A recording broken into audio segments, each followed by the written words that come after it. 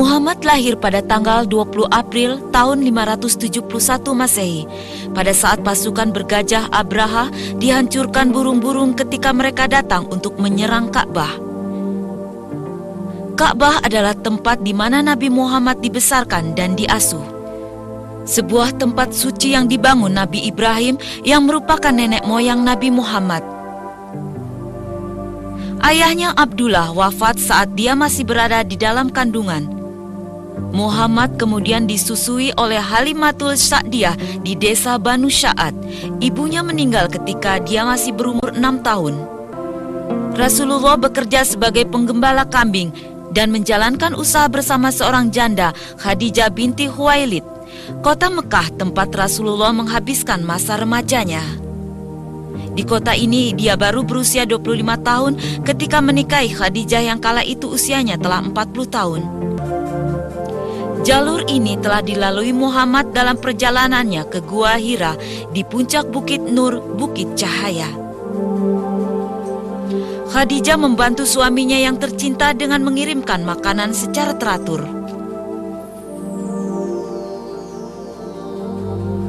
Disinilah Rasulullah menetap seperti yang dilakukan pendahulunya Nabi Ibrahim.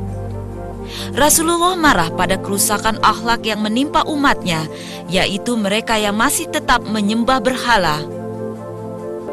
Dia menerima wahyu pertamanya, ayat Iqra, Bismi Rabbikal Ladzi Khalaq, bacalah dengan nama Tuhanmu yang menciptakan.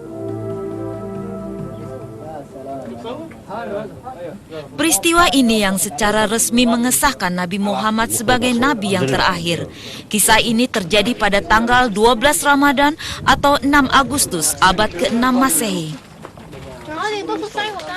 Dia kemudian memulai misinya melanjutkan pengajaran yang dilakukan nabi-nabi sebelumnya.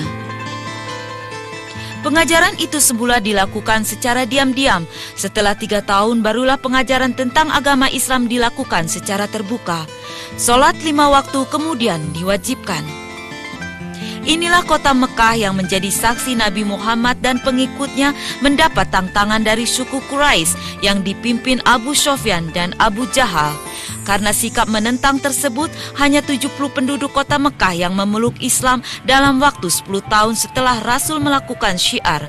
Allah memerintahkan kaum muslim untuk pindah ke Madinah. Rasulullah dan pengikut terdekatnya Abu Bakar Asy-Siddiq pergi ke Madinah pada tanggal 20 Juni 622 Masehi. Persekongkolan untuk membunuh Nabi tetap berlanjut, meski ketika Muhammad dan Abu Bakar tiba di Gua Syur. Namun Rasulullah berusaha menyelamatkan diri dan melanjutkan perjalanan dengan menggunakan jalur lain. Setelah 8 hari Rasulullah tiba di perbatasan Madinah, kedatangannya disambut dengan baik. Muhammad singgah sebentar di Kuba, kira-kira 15 km dari Madinah. Beliau menolong masyarakat di sana untuk membangun masjid pertama dalam sejarah Islam, Masjid Kuba. Rasul tinggal di sini selama 4 hari. Tujuan selanjutnya adalah Masjid Al-Jumu'ah. Inilah masjid di mana Rasul dan para pengikutnya melaksanakan sholat Jumat yang pertama. Setelah wahyu mengenai hal itu diturunkan kepadanya di sini. Masjid ini berlokasi di halaman rumah Banu Salim bin Auf. Masjid Nabawi sekarang menjadi simbol Madinah. Kota inilah yang menjadi tujuan akhir Rasulullah. Masjid ini yang bergabung dengan rumah Banu Salim bin Auf ini dibangun secara gotong royong di atas sebidang tanah yang dibeli oleh Rasulullah. Di masjid inilah panggilan untuk sholat azan diperkenalkan. Bilal bin Rabah diberi kehormatan untuk menjadi orang pertama yang mengumandangkan azan. Di tempat inilah Rasul menjadi imam sholat 5 waktu dan memberikan ajaran-ajaran Islam kepada kaum muslim. Rasulullah juga mempersatukan orang-orang yang datang dari Mekah, kaum muhajirin dan penduduk setempat, kaum Ansyar. Dengan demikian Islam terbentuk dengan Rasulullah sebagai pemimpinnya. Setiap gerakan dan aktivitas Rasulullah dicatat dan diingat oleh para sahabatnya.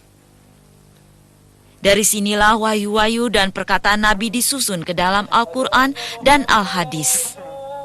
harta benda yang ditinggalkan Nabi untuk membimbing mereka dalam kehidupan sehari-hari. Masjid ini awalnya hanya seluas 2.000 meter persegi, kemudian ditambahkan lagi 500 meter persegi pada masa pemerintahan Sayyidina Utsman bin Affan. Saat ini di bawah pemerintahan Raja Fahd, luasnya mencapai 400.000 meter persegi yang mampu menampung hingga 1 juta orang jemaah sekaligus. Rumah dan makam Rasulullah terletak di dalam masjid. Masjid ini berdiri megah dan interiornya dilengkapi dengan fasilitas modern dalam bangunan yang luas. Di Madinah, Rasul menandatangani sejumlah perjanjian dengan Yahudi di bawah Perjanjian Madinah. Inilah Masjid Qiblatain. Rasulullah menerima wahyu untuk merubah kembali arah kiblat orang Muslim dari Yerusalem ke Ka'bah. Wahyu ini diturunkan setelah kaum Muslim bersolat menghadap Yerusalem selama 16 tahun. Rasulullah menerima wahyu ketika menjalankan solat zuhur. 2 rakaat pertama, dia dan jamaahnya menghadap Yerusalem, dan 2 rakaat terakhir mereka bersolat menghadap Baitul Haram. Sejak saat itu, masjid ini dinamakan Masjid Qiblatain, yang berarti masjid dengan 2 kiblat. Masjid ini terletak di desa Bani Sulaiman. Peristiwa ini terjadi pada hari Senin, tanggal 15 Sa'ban tahun 2 Hijriah. Peristiwa ini kemudian diikuti sebuah wahyu yang mengizinkan orang Muslim untuk pergi perang dan berpuasa di bulan Ramadan. Perpindahan dari Mekah ke Madinah telah memperkuat Islam secara mengagumkan. Pada tahun 2 Hijriah, Abu Jahal dengan 1.000 pasukan berkuda Quraisy datang ke Madinah untuk menyerang. Rasulullah berangkat ke Badar dengan 313 orang Muslim untuk menghadang mereka sebelum sampai ke Madinah. Peristiwa ini terjadi saat bulan puasa di tahun kedua Hijriah. Kaum Muslim lebih dahulu tiba di Badar. Keesokan harinya, mereka berkumpul di depan sebuah oase. Tentara Quraisy datang ke medan pertempuran. Bagian pertama adalah tantangan untuk menang dengan 3 pemenang di setiap pihak. Namun 3 orang dari pihak Quraisy tewas. Perang pun diumumkan. 70 tentara Quraisy tewas termasuk Abu Jahal dan 70 orang lainnya ditawan. Di pihak Muslim 14 tewas. Kaum Muslim merasakan kemenangannya yang pertama. Dendam tidak surut pada suku Quraisy setelah mereka dikalahkan di Badar, dan perang Uhud pun diumumkan. Mereka berencana untuk menyerang Madinah lagi untuk merebut kembali pamor mereka. Saat ini Allah menguji Muslim dengan kekalahan karena mereka tidak berada di bawah komando Nabi Muhammad. Muhammad memimpin Muslim di Bukit Uhud. Dalam perjalanan, Abdullah Ubay, seorang pengkhianat yang munafik, berbalik arah dengan 300 orang pengikutnya. Inilah ujian pertama yang dihadapi pihak Muslim. Muslim masuk dalam tanah pertempuran dan menempatkan diri di sisi Bukit Uhud. Abdullah Jubair memimpin pasukan berpanah ke puncak bukit. Tentara Quraisy dengan kekuatan 3.000 orang dipimpin Abu Sufyan bin Harb. Peristiwa ini terjadi pada pertengahan bulan Syawal tahun 3 Hijriah. Seorang kaum muslim membuat tentara Quraisy kocar-kacir. Melihat hal ini, para pemanah tersebut terkecuali Abdullah Jubair turun dari bukit untuk merayakan kemenangan mereka walaupun perintah belum diberikan. Merasakan hal ini, Khalid bin Walid, pimpinan tentara Quraisy, memerintahkan pasukannya untuk menyerang. Rasulullah dan orang Muslim harus mendaki bukit untuk bertahan terhadap serangan. Akibat kecerobohan para pemanah itu, Rasulullah mengalami cedera. Ketika Abu Sufyan mendaki bukit, Umar bin Khattab dan orang Muslim yang tersisa dihimpun untuk menghalangi mereka bergabung dengan Rasulullah. Inilah makam pasukan Muslim, 70 tewas bersama di Uhud. Di antara mereka adalah Hamzah Abdul Muthalib, paman Rasul, dan juga Mus'hab bin Umair, pengibar bendera Islam. Perang Uhud mengajarkan Muslim bahwa kepatuhan terhadap perintah atasan adalah sangat penting. Bagi pihak Quraisy, kemenangan tidak membawa banyak kepuasan karena mereka tidak dapat mengambil alih Madinah. Ini adalah wilayah pertempuran Khandak. Khandak berarti parit. Perang ini terjadi di bulan Syawal pada tahun 5 Hijriah. Sebelum musuh tiba, orang Muslim mengadakan pertemuan. Pendapat Salman Al-Farisi bahwa parit-parit dibangun untuk menahan laju pasukan yang akan menyerang. Sebuah parit besar dibangun membentang 2 bukit. Pekerjaan ini memakan waktu 3 minggu sebelum berakhir. Tentara Quraisy berkekuatan 10.000 orang dan Yahudi Ghafan menyerang dari segala penjuru. Serangan-serangan tersebut dihapuskan oleh tentara Muslim dengan kekuatan 3.000 orang. 1 bulan pengepungan di luar Madinah itu sia-sia. Pada tahun 6 Hijriah, Rasul dengan 1.400 orang Muslim datang ke Mekah untuk berdamai dan menunaikan umroh. Perjanjian tertulis ditandatangani di Hudaibiyah antara Muslim dan Quraisy.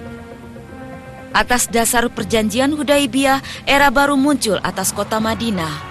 Perjanjian tersebut secara resmi memperkenalkan kemakmuran Madinah sebagai bagian Islam. Di Masjid Nabawi, Rasulullah mengambil kesempatan untuk membuka hubungan baru dengan mengirimkan surat resmi kepada kepala gubernur di luar Madinah. Orang Muslim di Madinah tidak lagi takut pada serangan-serangan. Perjanjian Hudaibiyah menjanjikan perdamaian dan gencatan senjata yang mengikat selama 10 tahun.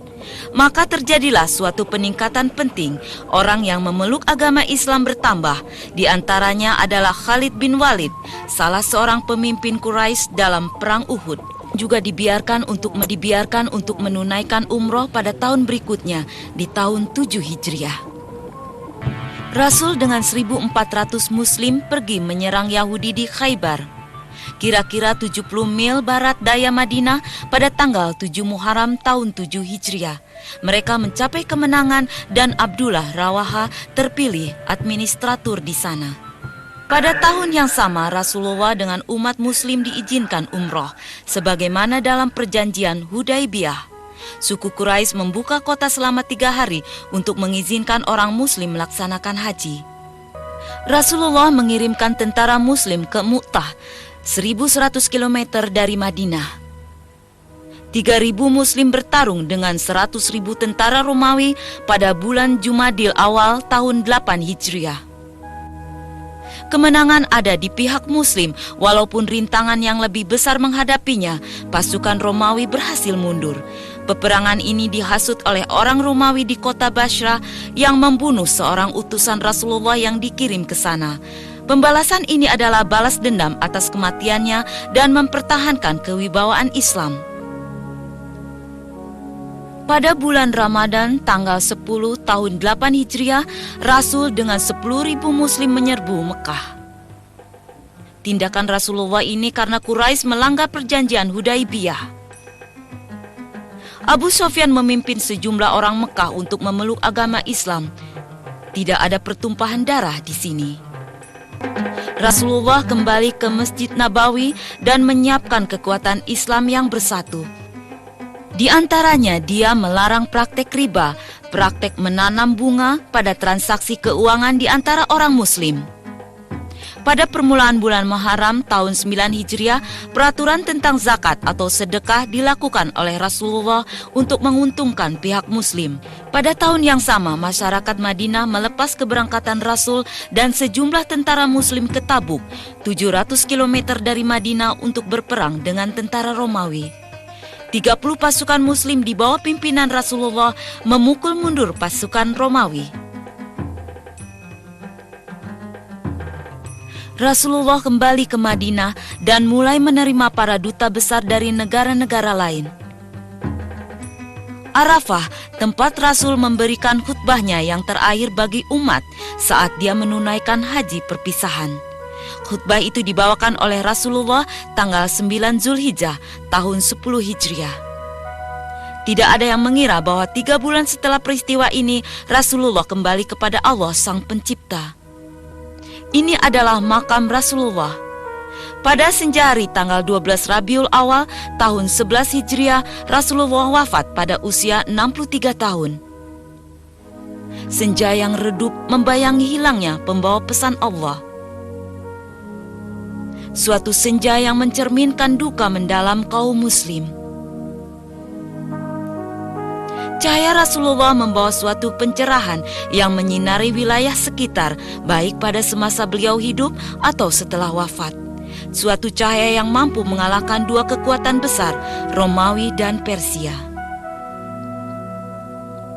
Dia selalu diikuti oleh para pengikut setianya, yaitu mereka yang merayakan kemenangan dan menerima kekalahan bersamanya. Para pengikutnya turut berduka kala beliau terluka saat Rasulullah terkena lemparan batu, terkena senjata, mengalami patah gigi, dahi yang robek, hingga bibir bagian bawah berdarah dalam upayanya menegakkan agama Allah. Saat ini Masjidil Haram adalah buah usaha Rasulullah dalam peranannya sebagai Nabiullah. Kaum muslim berbagai bangsa dari seluruh dunia memenuhi kota ini setiap tahun untuk menunaikan ibadah haji. Lebih dari 850 juta muslim tersebar di seluruh dunia. Dengan demikian, Islam merupakan agama dengan jumlah penganut terbanyak di dunia. Tak seorang pun menyangka bahwa dari daerah kering muncul generasi masyarakat yang dididik oleh Rasul Allah terbesar. Para penganutnya meningkatkan keimanan di 4 penjuru dunia. Mereka mampu membangun sebuah peradaban besar yang kekuatannya meningkat lebih dari sepertiga dunia selama lebih dari 10 abad dengan hanya satu ajaran, percaya pada satu Tuhan. Rasulullah meninggalkan 9 istri, termasuk Khadijah dan Zainab yang wafat saat beliau masih hidup. Semua istri Rasul adalah janda, terkecuali Aisyah. Semua kisah itu berawal di sini, tempat kelahiran dan tanah pertempurannya untuk membela agama Allah. Dan beliau, Muhammad bin Abdullah, contoh peran terakhir bagi umat manusia yang mengakhiri perjuangan para pendahulunya untuk menjaga kebenaran sejati.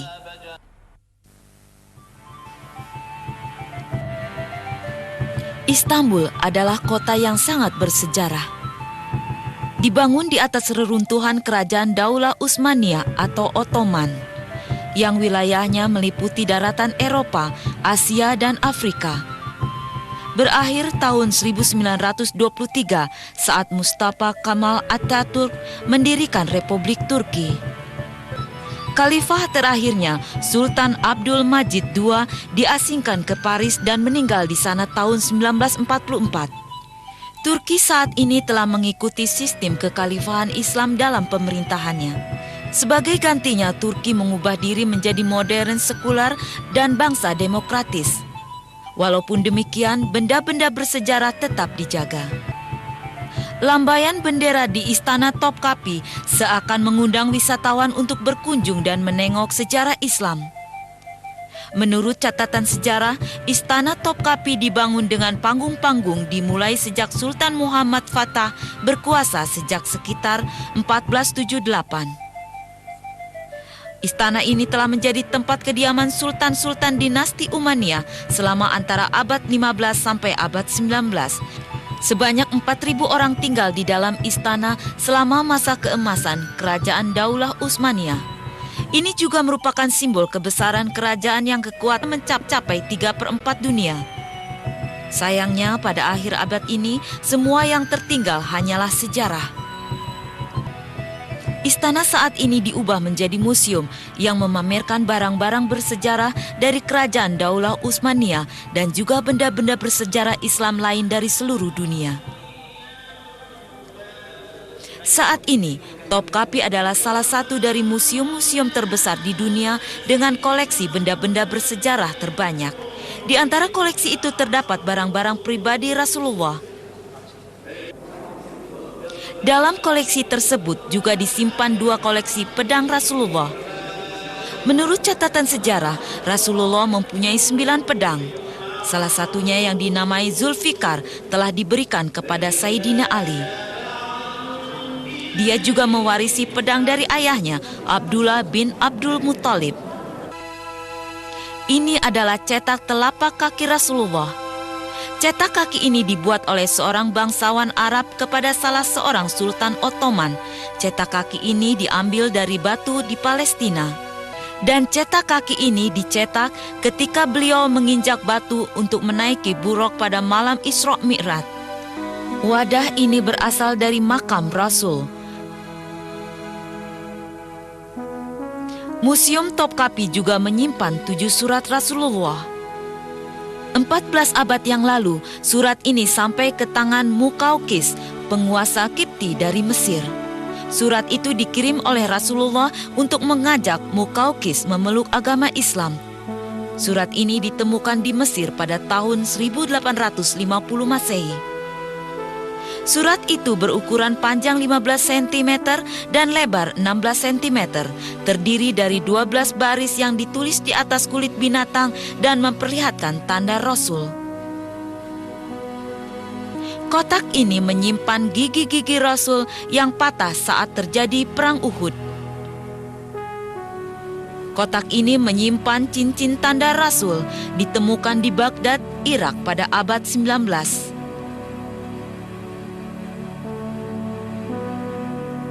Salah satu jubah Rasulullah juga tersimpan di dalam wadah ini. Di dalam wadah ini terdapat sedikit tanah yang diambil dari Ka'bah di Mekah. Tanah ini ditempatkan dalam wadah yang layak untuk mencocokkan status. Dalam 2 wadah ini tersimpan 2 helai rambut Rasulullah. Jumlahnya seluruhnya ada 60 helai yang tersimpan dalam museum.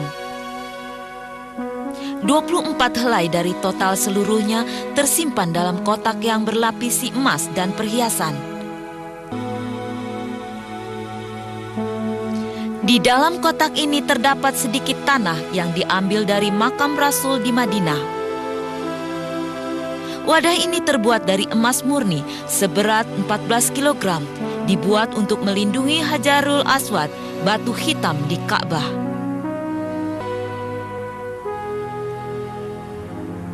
Selain koleksi Rasul, terdapat juga koleksi barang-barang pribadi para sahabat dalam museum ini. Ini adalah pedang Sayyidina Abu Bakar, khalifah pertama yang juga mertua dari Rasulullah. Ini adalah pedang Sayyidina Umar bin Khattab, khalifah kedua Rasulullah menikahi putrinya Hafsah. Yang ini pedang Sayyidina Utsman bin Affan, khalifah ketiga, dia adalah menantu Rasul. Ini adalah pedang Sayyidina Ali bin Abi Thalib, khalifah keempat, dia adalah sepupu dan juga menantu Rasul. Pedang-pedang sahabat yang lain seperti pedang Abu Hasanah, ahli kitab Rasul juga tersimpan dalam museum ini. Pedang Khalid bin Walid, prajurit Islam yang terkenal. Khalid terlibat dalam sejumlah peperangan seperti Perang Mu'tah dan pembukaan kota Mekah. Pedang Ammar bin Yasir, juga sahabat Rasulullah.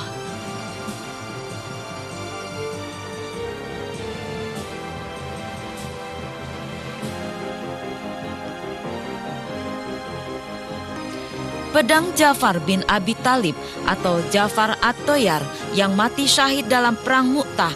Dia adalah sepupu Rasul dan juga kakak dari Ali bin Abi Talib. Museum Topkapi juga memperlihatkan sistem pembuangan air dari atap Ka'bah. Talang itu terbuat dari kayu berlapiskan lempengan emas dan dihiasi dengan kaligrafi ayat-ayat suci Al-Quran. Setiap sudut Ka'bah sangatlah berharga bagi kaum muslim. Ini berhubungan dengan fungsi Ka'bah sebagai tempat muslim menghadap saat bersholat. Namun Ka'bah tidak untuk disembah, melainkan cukup dihormati sebagai tempat suci. Ka'bah memiliki banyak kunci. Kunci-kunci itu selalu diubah dari waktu ke waktu. Sejak dahulu keturunan Syaibi diberi kehormatan untuk memegang kunci Ka'bah. Di musim ini juga diperlihatkan gembok-gembok Ka'bah, semua menunjukkan keunikan seni Islam. Ini adalah papan yang diambil dari pintu Ka'bah. Peninggalan yang tersimpan di sini adalah benda bersejarah yang berharga bagi muslim. Lebih dari 100 tahun yang lalu, Jauhar Sisili, tentara dari pemerintahan Fatimiyah di Tunisia, datang ke Fustat di sisi kiri Sungai Nil. Setelah Jauhar Sisili merebut Mesir, kepentingan Fustat dikurangi. Tahun 969 Masehi, dia membangun ibu kota baru untuk Mesir, Kahirah atau sekarang dikenal dengan Kairo. Masjid Al-Husain terletak antara Khan Khalili dan Pasar Lama di Kairo dan Masjid Al-Azhar. Masjid Al-Husain dinamai sesuai dengan nama Sayyidina Husain bin Ali, cucu Rasulullah. Masjid Al-Husain juga memiliki sejarah yang beragam. Pada tanggal 10 Muharram 61 Hijriah terjadi peperangan antara Husain bin Ali dan Yazid bin Muawiyah di Karbala, Irak. Sayyidina Husain tewas dalam peperangan. Kepalanya dipenggal dan dibawa ke Damaskus untuk diperlihatkan pada Yazid. Namun, para pengikutnya mampu membawa kembali kepala tersebut ke Mesir dan menguburkannya di masjid. Setelah peristiwa itu, tidak hanya masjid yang dinamai Al-Husain, tapi juga tempat di sekitarnya disebut dengan nama yang sama. Keistimewaan lain masjid ini adalah tersedianya ruangan untuk menyimpan barang-barang Rasulullah. Koleksi ini dibawa oleh serdadu Muslim selama Perang Suci. Dilihat dari sudut sejarah, koleksi ini membuat masjid tampak unik.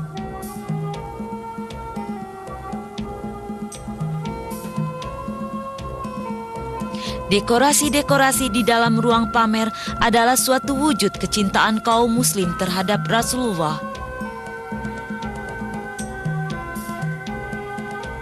Renovasi dan pendekorasian ruang ini dimulai sejak kira-kira 100 tahun yang lalu.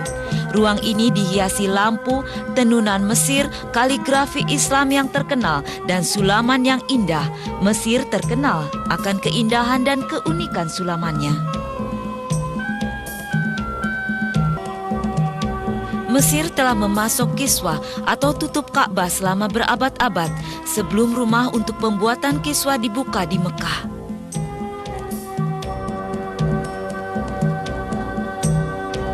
Kaligrafi tulus ini sangat rapi dan sulamannya sempurna. Umumnya, seniman muslim tidak suka menciptakan ukiran atau sulaman yang menggambarkan kehidupan makhluk hidup. Sebagai penggantinya, mereka menciptakan kaligrafi dengan motif yang berbeda-beda. Pekerjaan seni dan kreativitas para seniman muslim ini sangat sulit untuk diselesaikan. Ini adalah Al-Quran yang ditulis semasa pemerintahan Sayyidina Utsman bin Affan, Khalifah ketiga. Ayat-ayat Al-Quran itu ditulis di atas kulit rusa. Al-Quran adalah kutipan yang tersusun atas wahyu Tuhan kepada Rasulullah. Al-Quran mengungkap keimanan, hukum Islam, dan juga moralitas. 3 dasar utama dalam Islam yang menyentuh setiap aspek dalam kehidupan manusia. Usaha untuk mengutip wahyu-wahyu ke dalam buku telah dimulai sejak Khalifah yang pertama Abu Bakar Shiddiq, karena banyak sahabat yang hafal Quran tewas dalam berbagai pertempuran. Quran yang dikutip dalam bentuk tulisan disebut mushaf.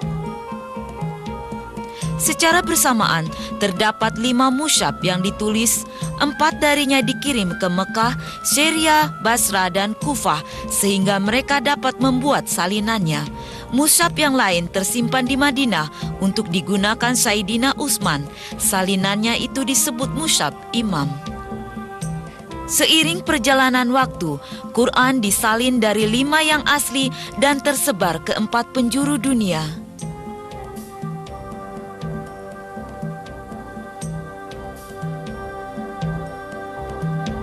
Tidak seperti kitab suci yang diturunkan kepada nabi-nabi sebelumnya, Al-Quran dijamin tidak berubah sampai hari kiamat.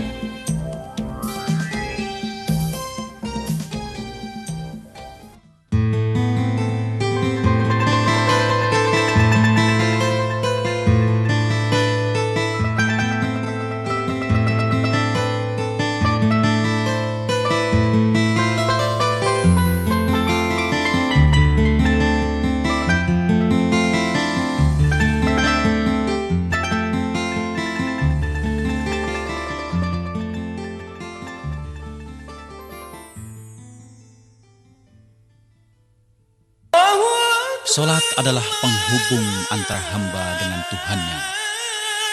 Penghubung antara bumi dengan langit. Berhenti di hadapan Pencipta yang Maha Agung. Jiwa menyendiri bersama Tuhannya. Beruzlahlah ruh dengan Penciptanya. Hati terpenuhi dengan zikir dan khusyuk.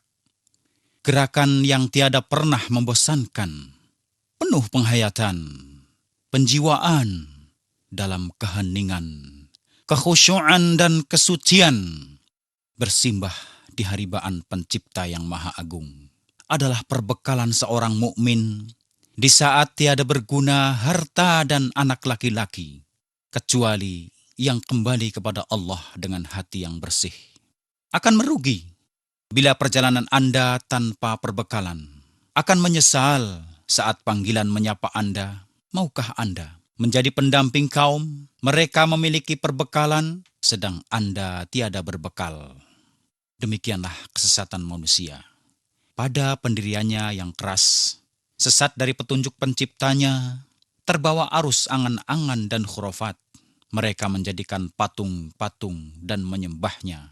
Maka terjadilah, na'udzubillah, pemujaan terhadap berhala, terhadap api, binatang-binatang, hujan, pepohonan, para raja dan penguasa sebangsa Fir'aun, serta segala sesuatu yang mereka percayai bisa mendatangkan manfaat. Inilah kenyataan yang pertama kali terjadi. فلما جن عليه الليل رأى كوكبا قال هذا ربي فلما أفل قال لا أحب الآفلين فلما رأى القمر بازغا قال هذا ربي فلما أفل قال لئن لم يهدني ربي لأكونن من القوم الضالين